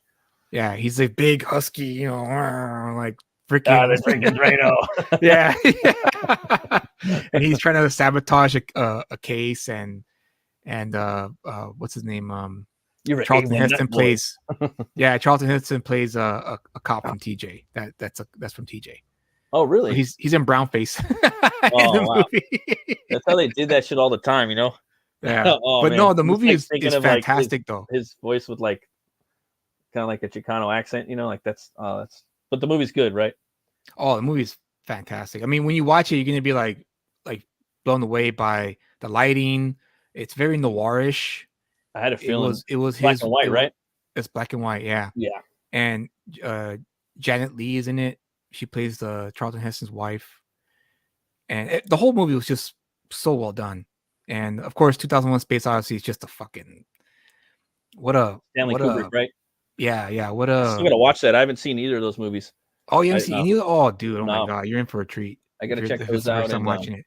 2001, I recommend you watch during the day because you might fall asleep at night because it's so. It's slow. hard, man. Nighttime's hard, man. I'm trying to find like a way to like caffeinate myself or like because that's when I get my work done. I do it from like I work at night. Oh, I see. Because I work all day and I work, right. about 6 days a week. So, but when I work on my comics and whatnot, I do it for at nighttime, and sometimes I'll just fucking fall asleep, dude. Like, it's hard, So I'm like, oh, maybe I'll cut out soda, and just kind of have caffeine like in the morning, in the middle of the day, and then at night, maybe just kind of watch how much I have. That way I can, trying different things, man. So definitely watch that during the day. Yeah, no, definitely watch it because you'll end up falling asleep for that one. Touch of Evil, maybe because the story is still interesting, so it might keep you captivated. Yeah. But what about you, man? You have a favorite movie? Oh yeah. My tie would be Bram Stoker's Dracula, RoboCop, and Conan the Barbarian. RoboCop, dude. Oh yeah. My god. I showed that movie for the first time to my wife. She had never seen it ever. Oh yeah. And she's a big sci-fi fan too. She loves sci-fi movies. Oh yeah. So when I told her, "Oh, have you ever seen RoboCop?" She's like, "No, I've never seen it." And I was like, "Perfect, let's watch it." Yeah. And by the end of the day, she was like, "This was fucking amazing. I can't believe I've never seen this movie before." And it's like it's classic, fucking RoboCop. Have you seen RoboDoc on Prime? It's pretty cool. It's RoboDoc. It's a 4-hour documentary on RoboCop, and it's made by I think it's made by some independent people. And it's a series, and there's 4 episodes, each an hour long, Oh, and, thank you for that. I'm definitely gonna check that out. Pretty dope. That. And they're coming out with season 2. Season 2 is gonna be RoboCop 2, and then season 3 I think is gonna be RoboCop 3, and they're gonna it's just for the RoboCop nerds. Ah, dude, nice. Hell yeah. I think 4 is gonna be the TV show. So I didn't really watch the TV show. I think it's on Tubi, but The second one's cool. I mean, and it's got Frank Miller in it. He wrote it and whatnot. Yeah, he wrote it. It was okay, but nothing beats the Okay. first one, man. The first one's the shit, you know. And I don't know, man. I didn't like the remake. I mean, it was entertaining as like a sci-fi movie, but it just was not RoboCop, you know. And the director is a rocket scientist too, I think. From but that's the thing. Like, how? Why? That's the best. That's been my PG-13. beef with Hollywood lately.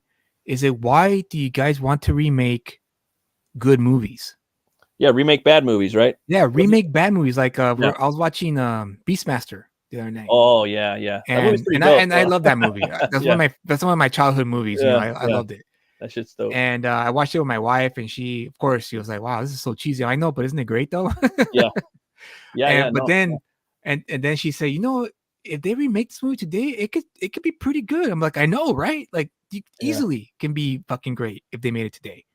But they want to remake the good stuff for some reason. They would probably fuck it up though too. That's the thing, you know what I mean? And like sometimes it's like, I mean, they could make it better, right? Like if it was with the right people and everything, you know? Yeah, the right budget, the right CGI, the right actors. And it's just sometimes when you have like a perfect storm, it fucks up. Like I don't know, it's weird. Like, all right, sometimes this is to get the best actor to play this character, the best director, everything's lined up, and then it just goes to shit. Like, how the fuck did that happen? They had everything lined up. And sometimes you need like things that are a little off, you know, like there's got to be a balance, you know. I don't know. It's like a weird composition, you know. But I know that movie. I think it was directed by Don Coscarelli. I think he did Phantasm. I'm pretty sure it was him. But that was like a dope ass fucking sword and sorcery movie, man. Yeah, it was absolutely. And it's just like a lot of these old movies, like I kind of understand now that like these movies have charm, and like you're kind of supposed to, you know, look like, because I've been watching a lot of older movies as much as I can, usually horror and, you know, whatnot. It doesn't really matter the genre, but just in these different time periods, it's just kind of like you got to kind of respect that era, you know what I mean, and respect the charm of that era. And if you know that going into the theater, into your, you know, living room watching it, then you're like, oh, okay, this is pretty dope. You know what I mean? And what the limitations are at that time and whatnot. You can see, because you can see that a lot of love passion, a lot of effort got put into it, even though they didn't have the biggest budget. Right. You could still tell, and of course the acting wasn't that great. Yeah. But like you said, there's a charm to it because you could tell that they were having a good time making the movie. Yeah. It didn't look like a chore for them to do it. Right. And like, dude, there's so many fucking, but they're just straight up some good ones, you know? And it's hard to kind of like get people to watch old movies. You know what I mean? Forget a fucking a black and white movie. You can't, most people won't even fuck with that. You know what I mean? Like you can't get them to do that, you know? Like it's almost like something that has to be hammered into them every couple of years, like just a thought that needs to be put in their ear every couple of years. And then someone comes in and it's check this an out. age factor too, as well. Yeah, and once they get a little older, when I was like, younger, you know there were a lot of movies I fucking would not ever watch. Same here. And then when I got to college and I took film classes, yeah, and I had an instructor explain, you know, why this movie is significant for not only for its time but also for today. Right. Then you start to like appreciate it more. You're like, oh, okay, so you know, a lot of effort goes into making these things. A screenwriter, the actors, the director, the producers, the cinematographers, and not only that, but also a love that goes into writing good stories. Right. You know, and I think it's. I mean, I have faith. I mean, I had a say hi. Everyone's on the same page. Why don't they remake it? Yeah, dude, you're exactly Finity. It's one of those things that boggles my mind. It's like just remake the bad ones. Even like They Live, for instance. The movie They Live is still a great movie. Have you seen that movie, by the way? Well, I mean, I think it's a masterpiece. But I mean, like that, you know. But I understand how you could like take it and make it. Yeah, you could modernize that movie easily to this day. But you're right; it's still a masterpiece because John Carpenter. And it's just so he just really narrowed. I think he really nailed down 1980s like downtown LA. Like it's so felt like that, and it really feels like that around here, like in some parts of Los Angeles. You know, like. That's like my kind of feels like some of like my neighborhoods, you know, and I'm like, damn, he really fucking nailed it, you know, and like, I don't know, it's just weird. Like, and a lot of those movies too, like they were made on such a low budget. Like, some of them had charm, and then some of the movies just felt very on the ground, like in the like on the scene, very street, you know. And nowadays everything just kind of feels very clean You know, everything's got a filter on it, nice lens, even pictures you take, you know, like, damn, ooh, I just took a picture, you know, and it looks like a fucking pro just because I just have all these filters on it. You know, I don't need to get the family photo for Christmas because it just, my phone looks good, you know? Right. It's just, I don't know, but I understand what you're saying though. Like some movies, I feel that like they deserve a bigger budget because like there's so much more that the story could be told, and if it's done the right way. Like for me, like I'm really a big fan of like practical effects and makeup and puppetry and creatures that are, you know, puppets and actors that have to wear the prosthetics. Like I'm all about that, you know, and matte paintings in the background, gags, you know, just little stuff like that. Smoke and mirrors. That's why I like Bram Stoker's Dracula a lot, because they use a lot of the turn of the century special effects, you know, like smoke and mirrors bullshit. And I think that a lot of movies nowadays, a lot of people just don't even know how to do it. And they just kind of jump to CGI. And I think CGI is cool, but I think it should be there to remove wires and, you know, kind of there to kind of help as basically as a contingency to kind of remove shit, you know, like it's like in Photoshop when you're going in there to erase your pencils over your inks, you know, and every now and then, you know, like we're talking about that tonight with that movie, Deathgasm, you know, he's chopping some dude's fucking head off with an axe, right? But the CGI right when he hits the front of it, but then when they go to a practical effect, it's just full like puppet, like the head falls off and the blood squirts out, and it's a prop, you know. I'm like, okay, that's cool, like that's how you do it. Even like Guillermo del Toro does it, you know. The scene Hellboy's Tale, and he does it for fun, just to fuck with the eye. Like in this, I don't know if you've seen the special features probably if you've watched that. Like Hellboy's Tale is going to be CGI in the scene. Hellboy's Tale is going to be a prop in this scene, and I'm doing it just because I can. I'm doing it just to fuck with the eye, so people don't know what is CGI and what is not. And I'm like, oh, okay, from you know, and he's putting some thought into it. But then there's some people that don't even do that, like in Hollywood, you know, they just fucking CGI that shit, you know. Yeah, I think it's just a matter of being who's more. I guess it's all about finding the right balance. Yeah, and I think a lot of I think the problem really are the gatekeepers in Hollywood, the ones who decide who gets to work and who doesn't. Because I've seen a lot of fucking good directors on YouTube that have YouTube channels, and they're delivering some cool fucking shit. And it's like, why aren't they calling these people here to make? Yeah, it's a lot of clicks, a lot of clickety and back scratching and families. You know, that's the problem. Buddies, That's the problem, because you can easily, like, if I were a producer with some money, I would, hey, here's 20 million, small budget, make it happen. You know, no more than an hour and 15 minutes. Oh yeah, definitely, for the dude. runtime. Like for me, like one of my goals too, like that's my bucket list, is I want to make a movie like before I die. You know, it's probably going to be horror because it's a little cheaper, but I want to get some good actors. I want to get some good special effects. You know what I mean? And something that I can film. You know what I mean? And it's attainable, man. And I'll probably shoot it on my phone. You know, and it's nice. probably how That's it's going to happen. Be. Yeah. So I don't have any plans for it, but maybe, you know, 10, 15, 20 years from now. But I'd like to do something like that, man. I think it'd be really fun. Hey dude, you got a favorite drink you drink? A favorite beer or something? I don't have a specific favorite beer, but I fucking do love IPAs. Like IPAs have become my jam. My brother-in-law is the one who got me into it, because he's from Indiana, and he married my sister-in-law.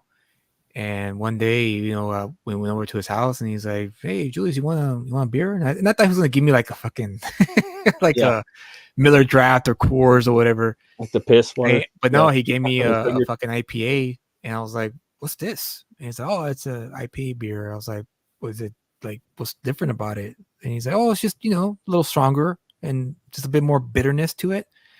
I was like, "All right." So I drank it, and I was like, "Oh shit, this is great. I love this." And then of course I'm a lightweight, so one bottle and I'm already woo. Oh yeah, man, that's good. we live in like the IPA capital of the world, man. Like if you go into like a Bevmo or something, we got more than anywhere, man. There's a lot. Let's see here. Hard liquor, I would say Monty's IPA. Okay, yeah, I'll have to keep that in mind. In terms of hard liquor, whiskey on the rocks. I'm a whiskey guy. Yeah, me too. I really like I mean bourbon, but I like the ryes a lot. Yeah, I like the Bullet Rye a lot, but I'm always, you know, trying different stuff. I like Kraken rum too, the black rum. I know it's kind of Coca-Cola, Pepsi, like it's a pretty big name, but I mean, Yeah, it's pretty smooth on the rocks, man. Um, That's that, what it's all that about. Kraken rum, the dark one, and then man, I tried this one like a week ago. It was called Rebel 100. It was 100 proof, and I just wanted to try it out. It looked decent, and the price was pretty good. It was like $10 a bottle, and some dude online was telling me like what's his name, ID Crisis? Yeah, ID was telling me, he's like, yeah, that shit's fucking like $20 where I live. I'm like, oh damn. Oh damn, we So I got was like, I lucky. got a pretty good price. Yeah. So yeah, I killed that bottle. But I'm always trying new stuff. Like yeah, the bourbon's where it's at for me. That's what I like. But yeah, man. Cool. And you do got some other projects in the work right now too, right? You were saying coming out possibly this year. Maybe Yeah, Ghetto yeah. I Dragon. have You might do a relaunch on that one, and Ghetto Ghetto Dragon too. Dragon, yeah, for sure. I'm trying to get that brand up and going, that IP. I have an idea for a one shot for that character. And the other sci-fi project is something that I wrote back in 2012, actually. Nice. So it's an old book. And I stumbled across it during Christmas time during the break, and I was like, fuck, man, I gotta I have to utilize this book. I spent money on the project. I completed it. I should Yeah. put it out there, But as I read it again, I was like, yeah, I need to rework. I need to rewrite some of this stuff because it's pretty bad. Because like I said, I wrote it in 2012, so I wasn't really entirely too proud of it because it was my first project that I actually completed, and I totally wrote myself into a corner. And so now I have to figure out how to I guess rearrange some pages, and I have to hire an artist that kind of draws similar to the original book's artist. Mm. And if I can pull that off, then I could salvage the project, because it's a 48-page one shot book. Oh, that's nice. And it's pretty much about a cosmic arbiter, like an envoy who lands on the city of Atlantis Ooh, nice. to observe it, to see if it qualifies for a seat in the galactic federation type of That's pretty deal. dope. So I like that.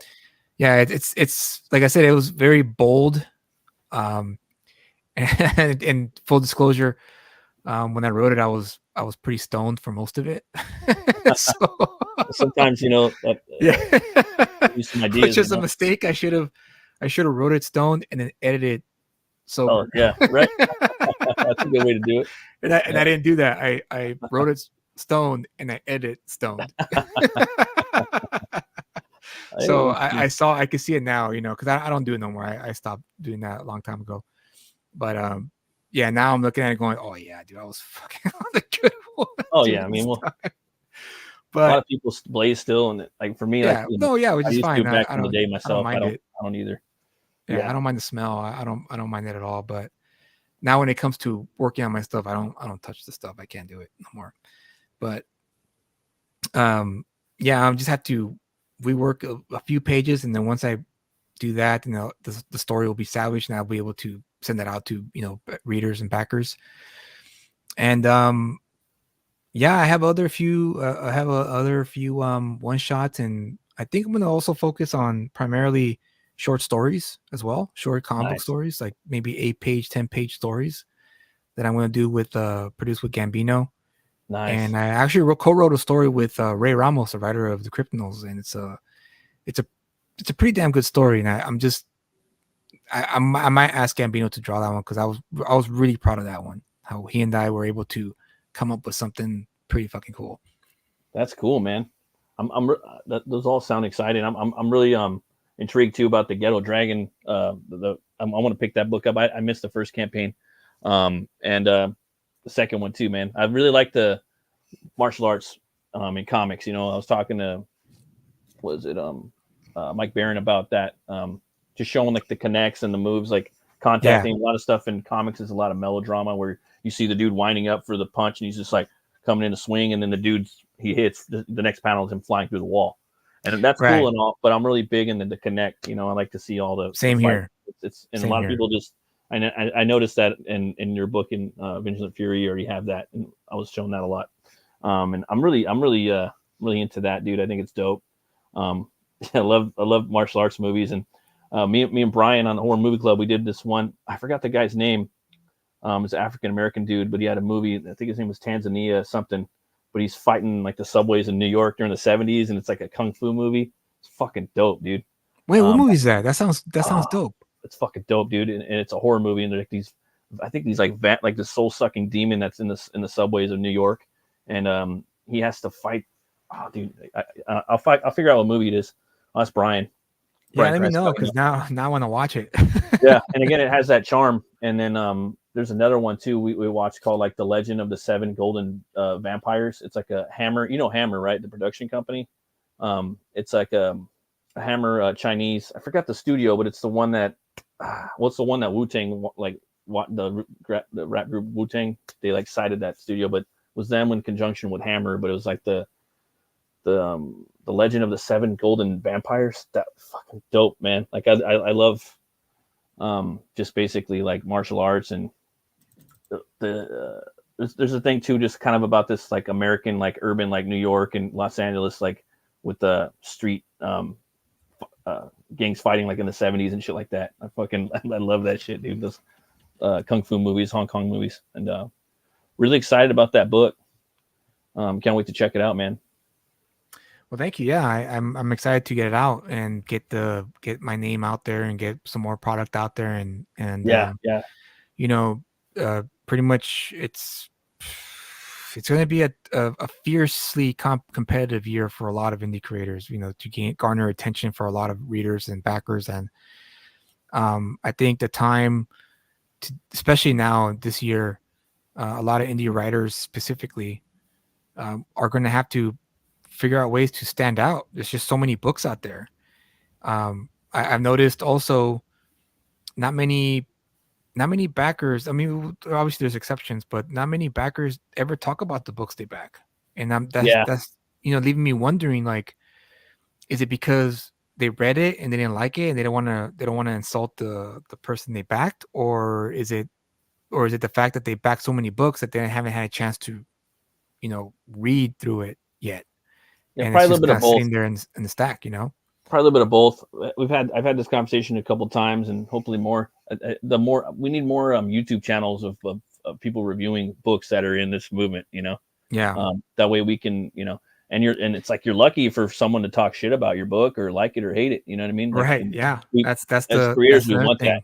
that. And I think that's another thing too, is the fact that maybe a lot of us are going to have to start developing a little bit of a thick skin too, because oh yeah, again, 100%. you can't win them all, right? You can't win them all, and there might be some people who will be like, yeah, I backed it and I don't like it. Yeah. I didn't think it was good, and then that's going to be up to us to say, well, what was it that didn't work for you? Yeah. Was it the art? Was it the delivery? Was it the overall book, the overall story? Was it my writing? Did it suck? Like, what's We like, have to do that. You know what I mean? Like, we have it to, is yeah, what we it is. have to know, or else how we're going to know that we could be on par with, the quote unquote pros, the old school pros that knew their shit, right? Yeah, and we're not putting out the amount of volume that they were fucking doing, and none of us, like 90% of us, don't have the amount of experience that they did. Right.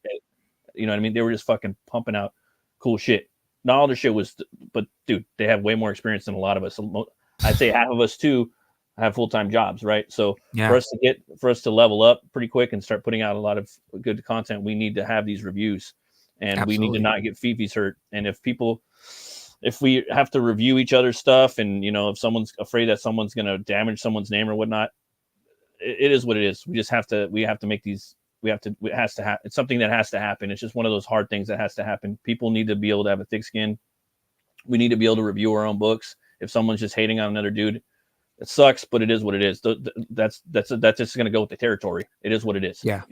And also, you also have to keep in mind also that it's also important to discern between a person who just hates your stuff for the sake of hating it. You can usually someone tell, right?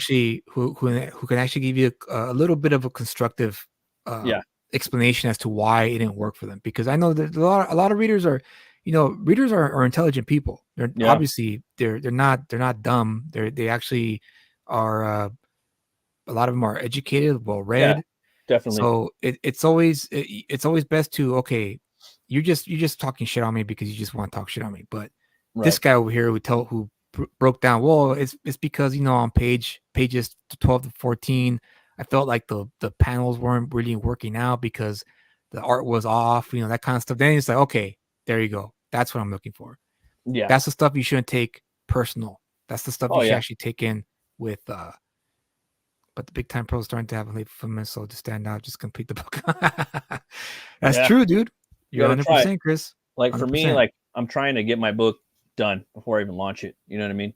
Yeah, So I'm going to try to do that. But at the same time, it's like, I might crowdfund it and need some funds to pay some people to bring on to help me with the book. right. Yeah, I might not want to do it all by myself. I might want to bring on my editor, my proofer, and my letterer. Or I might absolutely. do it. I might, at least I might not do all that, or I might do some of it. So, but I want to have like, hopefully the whole book done, if not 75% of it done. Because again, it is crowdfunding. So, and then I want to make the book affordable to a certain degree. So, Yeah, for me, I'm all about backer count, and I want to get the book really affordable, and I want to get in as many fucking eyes as possible. I want people to be absolutely. talking about my shit. I want people to be liking it or hating it or whatnot. You know what I mean? Because that's what's important, dude. You know what I mean? You don't Yeah, want to be you don't want your stuff to be forgotten, meh, yeah, forgettable. exactly. It was all Exactly. right. That means there wasn't really, someone loves or hates something. That usually means that there was some passion put into it, unless it was just like a quick money grab, I guess, or Right. I Yeah. don't know, something that just really just offends somebody. I don't know, but Yeah, absolutely. yeah, man, I'm looking forward to all your stuff. I'd love for you to come back on the channel. Yeah, man. Thanks for having Talk me. about the next Yeah. stuff you got coming up, coming out, and had a blast. And yeah, man, where can people find you? Oh yeah, you can find me right there on X at a lucid comic 2 underscores, and then you can find me on Instagram. It's the same handle, but the comic is PRD Oh, on nice. Instagram. So a lucid PRD with the 2 underscores. And on YouTube, I'm on YouTube, Julius Freeman Comics, where we do a show every Friday with my co-host Kyle, Oh, nice. and Okay. he has a segment called "Is It Worth the Pickup?"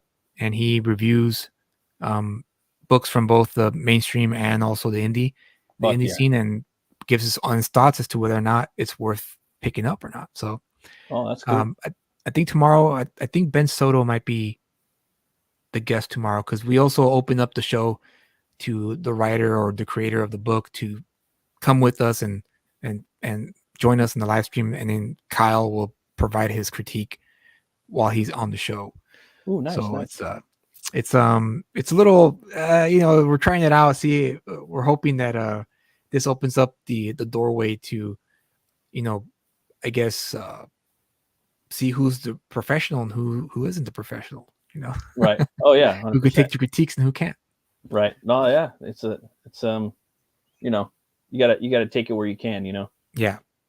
That's fucking awesome. I'm gonna have to check that out, man. That sounds very entertaining. Yeah, tomorrow we'll have the live stream tomorrow. The topic was just gonna be about what we expect for 2024 and what we want, what we're looking forward to, that kind of stuff. So Oh hell yeah. should be a basic show. Nice. Tune in. Well, thanks again for coming on, man. Thanks for everybody watching and who's Yeah. gonna watch. And yeah, guys, always remember to be bold, be brave, and roll the bones to know your role. I'll see you guys later. That's right. Bye.